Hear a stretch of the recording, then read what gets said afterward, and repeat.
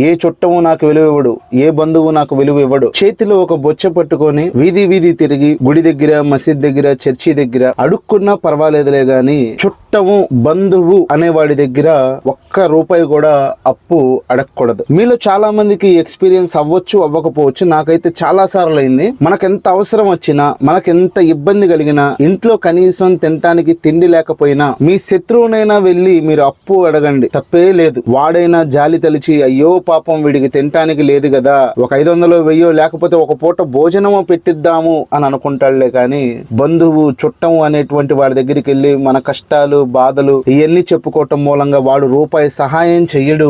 పైగా సంతోషంగా ఫీల్ అవుతాడు, అమ్మయ్యా వీడు నాశనం అయ్యాడురా, ఇన్ని రోజులు నేను కోరుకుంటుంది ఇప్పుడు జరిగిందిరా, ఇది కదరా నాకు కావాల్సింది, ఇప్పుడు నేను ప్రశాంతంగా పడుకుంటాను అని చెప్పి వాడు హాయిగా పడుకుంటాడు. ఎందుకంటే బంధువు అనేటువంటి వాళ్ళు 100కి 90% వేరే వాళ్ళ నాశనాన్నే కోరతారు, మంచిని కోరరు. నువ్వు ఇల్లు కట్టినా, లేకపోతే కడుపు నిండా నువ్వు తినినా, మీ ఆవిడికి బంగారం కొనినా, మీ పిల్లలు బాగా చదువుకుంటున్నా, ఏదైనా గాని నువ్వు కాస్త బాగా బతుకుతున్నావు అంటే ముందు ఏడ్చేవాడు ఎవడో కాదు, నీ బంధువు, నీ చుట్టము. నువ్వు బ్లడ్ రిలేషన్ అంటావు కదా, అది బ్లడీ రిలేషన్. అసలు బంధువు అంటే ఏంటి? నీ కులంలోనో, నీ మతంలోనో, నీ ఇంటి పేరుతోనో, మీ అమ్మ వైపో, మీ ఆవిడ వైపో, మీ అబ్బ వైపో పుట్టినటువంటి వాడు బంధువు. అది కాదు బంధువు అంటే.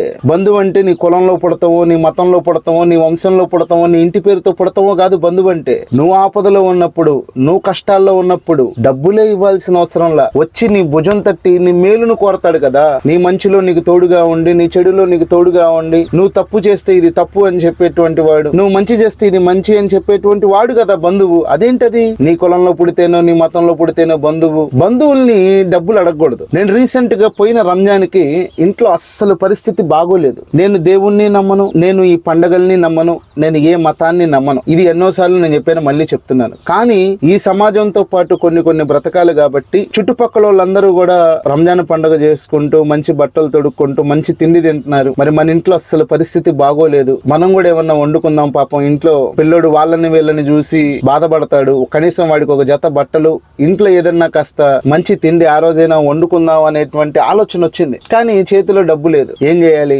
అర్థం కాల. ఎవరికి ఫోన్ చేయాలి, ఎవరికి మెసేజ్ చేయాలి? ఇప్పుడు ఒక 1000-2000 కావాలంటే ఎవరిస్తారు అర్థం కాల. ఆ టైంలోనే నేను ఒక ఎదవ పని చేశాను. అది మా బంధువు అనేటువంటి ఒక వ్యక్తికి ఫోన్ చేశాను. బంధువు అంటే నేను కూడా మీలాగే అనుకున్నాను. బంధువు అంటే అరే అమ్మ వైపోడు కదా, అబ్బ వైపోడు కదా, భార్య వైపోడు కదా, కాబట్టి ఆడు బంధువు.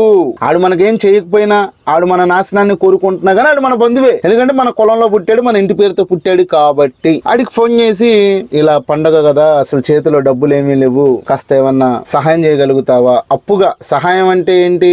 ఇచ్చి మర్చిపోవటం. అప్పు అంటే ఏంటి? ఒక రోజు ముందు వెనక ఇచ్చేయడం. అప్పుగా అడిగా, మళ్ళీ నేను తిరిగి ఇస్తాను, ఇలా అందరూ పండగ చేసుకుంటుంటే కాస్త ఇబ్బందిగా ఉంటది ఇంట్లో అని చెప్పి. ఫస్ట్ టైం నాకు అలాంటి ఫీలింగ్ అసలు ఎప్పుడు ఉండదు. అందరూ పండగ చేసుకుంటున్నారు, మనం ఇంట్లో ఏం వండుకోలేదు, మనకు బట్టలు లేవు అని నాకు ఎప్పుడు లేదు. కానీ మ్యారేజ్ చేసుకున్న తర్వాత, బిడ్డ కలిగిన తర్వాత అరే అన్న ఫీలింగ్ అందరితో పాటు, అందరితో అలా ఉంటుందో లేదు తెలియదు, నాకు వచ్చింది. సరే నేను అడిగాను. అడిగిన తర్వాత సరే సాయంత్రం నేను ఫోన్ చెయ్యి, డబ్బులు వేస్తాను అన్నాడు. ఆశగా ఆశ పెట్టుకున్నా, సాయంత్రం ఎప్పుడెప్పుడు అవుతుందా, ఎప్పుడెప్పుడు ఫోన్ చేద్దామా. సాయంత్రం అయింది, ఫోన్ చేసా, ఫోన్ లిఫ్ట్ చేయలే. చేస్తూనే ఉన్నా, నో రెస్పాన్స్. అర్థమైపోయింది, ఆహా ఇతను హ్యాండ్ ఇచ్చేసాడు, ఇతను నాకు డబ్బులు ఇవ్వడు. ఓకే, ఆ పండగ చేసుకోలేదు, ఏమీ చేసుకోలేదు, అది వేరే విషయం. అయితే నేను ఇదంతా ఎందుకు చెప్తున్నానంటే, డబ్బులు ఇవ్వకపోవటం కూడా పెద్ద మ్యాటర్ కాదు. డబ్బులు ఇవ్వకపోవటం కూడా పెద్ద మ్యాటర్ కాదు. ఇద్దామని అనుకోవచ్చు, ఇవ్వలేని పరిస్థితి రావచ్చు. కానీ కనీసం ఒక్క మెసేజ్, ఒక్క ఫోన్ కాల్ ఇద్దాం అనుకున్నాను, కానీ ఇవ్వలేని పరిస్థితి వచ్చింది. లేకపోతే ఇవ్వటం ఇష్టం లేదు,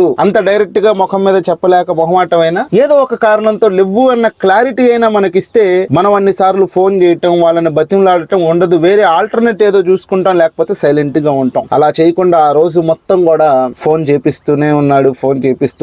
అర్థమైపోయింది, ఆహా అనవసరంగా అడిగాను, తప్పు చేశాను, అడగకుండా ఉండాల్సింది. లైఫ్ లో ఎప్పుడు ఆ వ్యక్తిని డబ్బులు అడగల. నేను హాస్పిటల్ పాలైపోయినప్పుడు డబ్బులు అడగల, నా ఆటో రిపేర్ వచ్చి ఊరంతా అడుక్కున్నాను తప్ప ఆ వ్యక్తిని డబ్బులు అడగల. వాళ్ళకి అన్నీ తెలుసు, యూసుఫ్ ఏంటి, యూసుఫ్ ఆర్థిక పరిస్థితి అన్నీ తెలుసు. కానీ ఏ రోజు ఎవరు మా బంధువు, చుట్టం అనేవాడు నాకు రూపాయి సహాయం చేయలేదు. నేను వాళ్ళకి చేయలేదు. నేను ఎందుకు చేయలేదంటే, నేను చేసే పరిస్థితుల్లో లేను కాబట్టి చేయలేదు.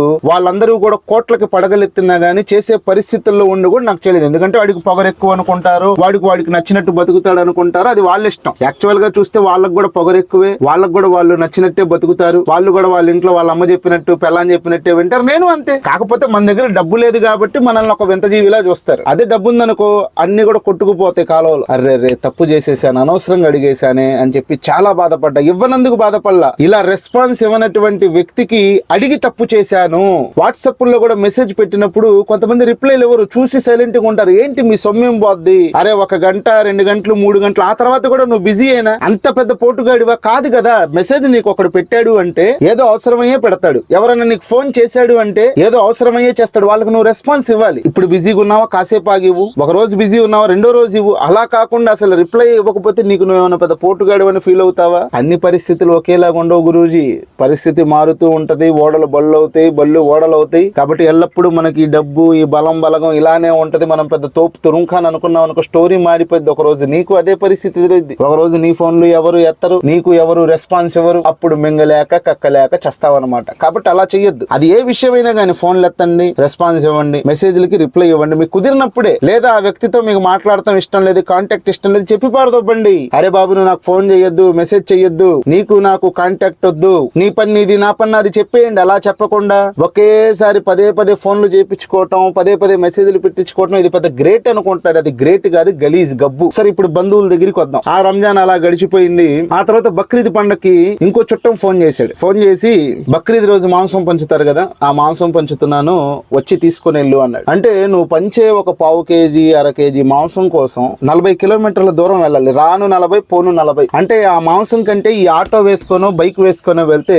దాని డీజిల్ పెట్రోల్ రేట్ ఎక్కువ అవుతుంది. అసలు లెక్క ప్రకారం బక్రీద్ రోజు పంచేటువంటి మాంసం వాళ్ళు వెతుక్కుంటూ ఎవరు దీనికి అర్హులు, ఎవరు దీనికి పేదవారు ఉన్నారు, అర్హులు ఎవరున్నారు అని చెప్పి వాళ్ళు వెతుక్కుంటూ తీసుకొని వచ్చి ఇవ్వాలి. మనం వెళ్తే ఇచ్చేది కాదు, వాళ్ళు వచ్చి ఇవ్వాలి. ఊరంతా అలానే జరుగుద్ది, కావాలని చూడండి. మరి అదేంటి, నువ్వు అంత పెద్ద డబ్బున్నోడివి, అంత పెద్ద కీర్తున్నోడివి కాబట్టి మేము నీ దగ్గరికి వచ్చి తీసుకోవాలా? తప్పు. అసలు ఎవరేమన్నారు? అందుకని నేను వెళ్ళలేదు, తీసుకోలేదు, నాకు నచ్చలా. నాకు ఏదైనా నచ్చకపోతే నేను ముఖం మీద చెప్పను, చేయను, అంతే చేయను. ఆ రోజు మళ్ళీ ఫోన్ కాల్ వచ్చినా నేను పోలా, అవసరం లేదు.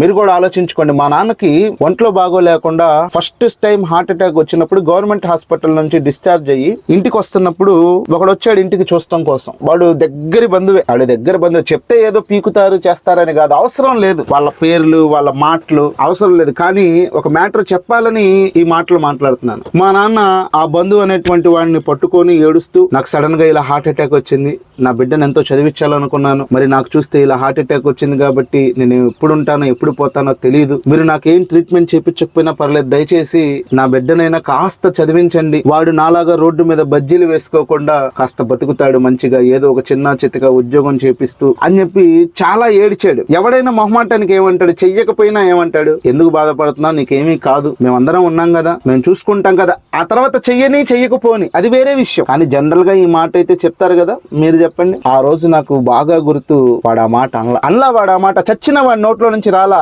ఎస్, రోడ్డు మీద బజ్జీలు వేసుకోవటానికైనా సిద్ధపడ్డాను, హోటల్లో కప్పులు కడగటానికైనా సిద్ధపడ్డాను, కానీ చుట్టం అనేటువంటి వాడికి ఇంటికి వెళ్ళి ఒక్క పూట అన్నము తినలేదు, ₹1 దేహి అని కూడా అడగలేదు. ఊరంతా అడుక్కున్నా, వడ్డీలను అడుక్కుంటా, రోజువారీ వాళ్ళని అడుక్కుంటా, మళ్ళీ తిరిగి కడతా, చేబదులు తీసుకుంటా, చెప్పిన టయానికి ఇవ్వలేకపోయినా అవసరమైతే మాటలు పడతా, ఎలాగలా ఆ బాకీ పూర్తి చేస్తా, ఆ అవసరాన్ని గడుపుకుంటా తప్ప ఈ చుట్టం గొట్టం బొచ్చులో బంధువు అనేటువంటి వాళ్ళని నేను నమ్మను. ఇది ఎవరికి కాలినా నాకు డోంట్ కేర్, ఇది ఎవరికి కాలినా నాకు డోంట్ కేర్. ఒక రోజు ఒక బంధువు అనేటువంటి వాళ్ళ ఇంటికి వెళ్తే ఆమె రొట్టెలు చేస్తుంది. ఆ రొట్టెలు చేస్తూ రోట్లో టమాటాల పచ్చిమిరపకాయల పచ్చడి నూరింది. ఇంకోవైపు మంచిగా ఎగ్ కర్రీ ఉంది, రాత్రిది చికెన్ కర్రీ కూడా ఉంది. వాళ్ళ ఫ్యామిలీ మొత్తానికి ఎగ్ కర్రీతో చికెన్ కర్రీతో పెట్టింది, నాకు మాత్రం ఆ రొట్టెల్లో ఆ టమాటా పచ్చడి ఉంది కదా అదేసి పెట్టింది. నేను మనిషినే కదా, నా ఎదురుగా వాళ్ళు తింటుంటే నాకు తినాలని కోరిక ఉంటుంది కదా, మరి నాకు ఎందుకు పెట్టలేదు?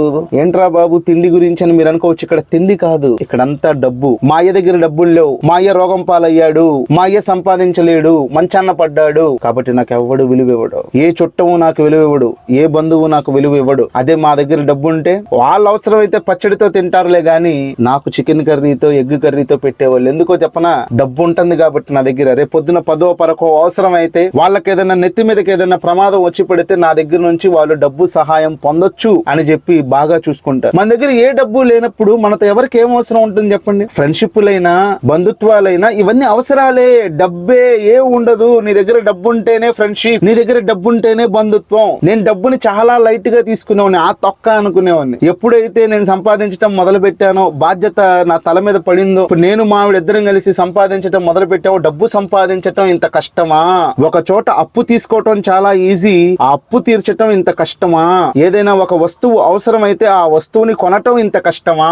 నెలొచ్చేసరికి ఇంటెద్దలు కరెంటు బిల్లులు కట్టుకోవటం ఇంత కష్టమా అని చెప్పి మాకు మేముగా సంపాదించటం మొదలు పెట్టిన తర్వాతే మేము తెలుసుకున్నాము. అంటే ఈ 3 సంఘటనలు, ఆ రంజాన్ పండుగ రోజు నేను డబ్బులు అడగటం, ఆ వ్యక్తి ఫోన్ కాల్ లిఫ్ట్ చేయకుండా ఎప్పటికో అరే రే ఆ రోజు నేను బంగారం కొనడానికి వెళ్ళాను, అక్కడే డబ్బులు సరిపోలేదు కాబట్టి నేను నీకు రెస్పాన్స్ ఇవ్వలేకపోయాను అంటాం. అంటే ఆ రోజు గుర్తుకు రాలేదా? అరే ఒక మనిషికి మనం మాట ఇచ్చాము, ఆ మనిషి మనకు ఫోన్ చేస్తున్నాడు, మన మీద ఆశలు పెట్టుకొని ఉంటాడు అని చెప్పి అప్పుడు గుర్తుకు రాలేదా?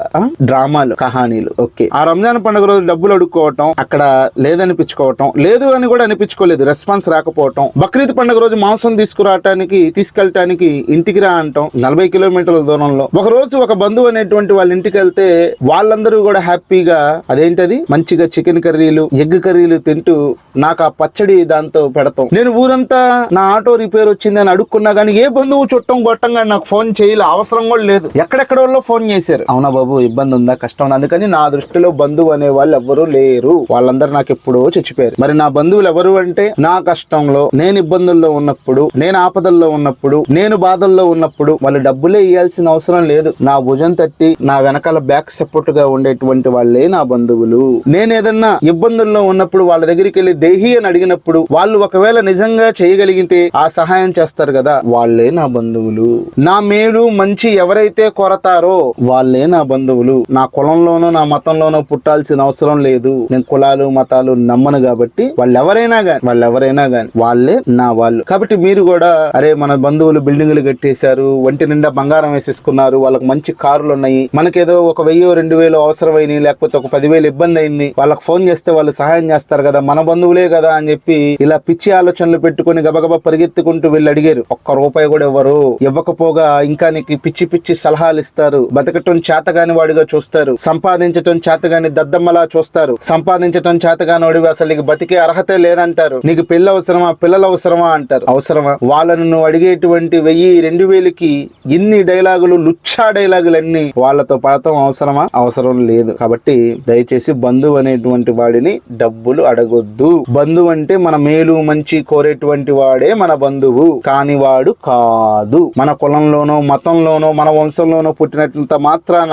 వాడు మన బంధువు అయిపోడు. కాబట్టి ఈ విషయం నాలాగా మీరు కూడా అర్థం చేసుకుంటారని ఈ మాటలు చెప్తున్నాను. అర్థమైతే అర్థమైందానండి, లే పోరా మాకు తెలుసు నువ్వేంట్రా చెప్పేది, పిల్ల బచ్చగాడి అంటారా, మీ ఇష్టం. మళ్ళీ కలుస్తా, ఉంటా.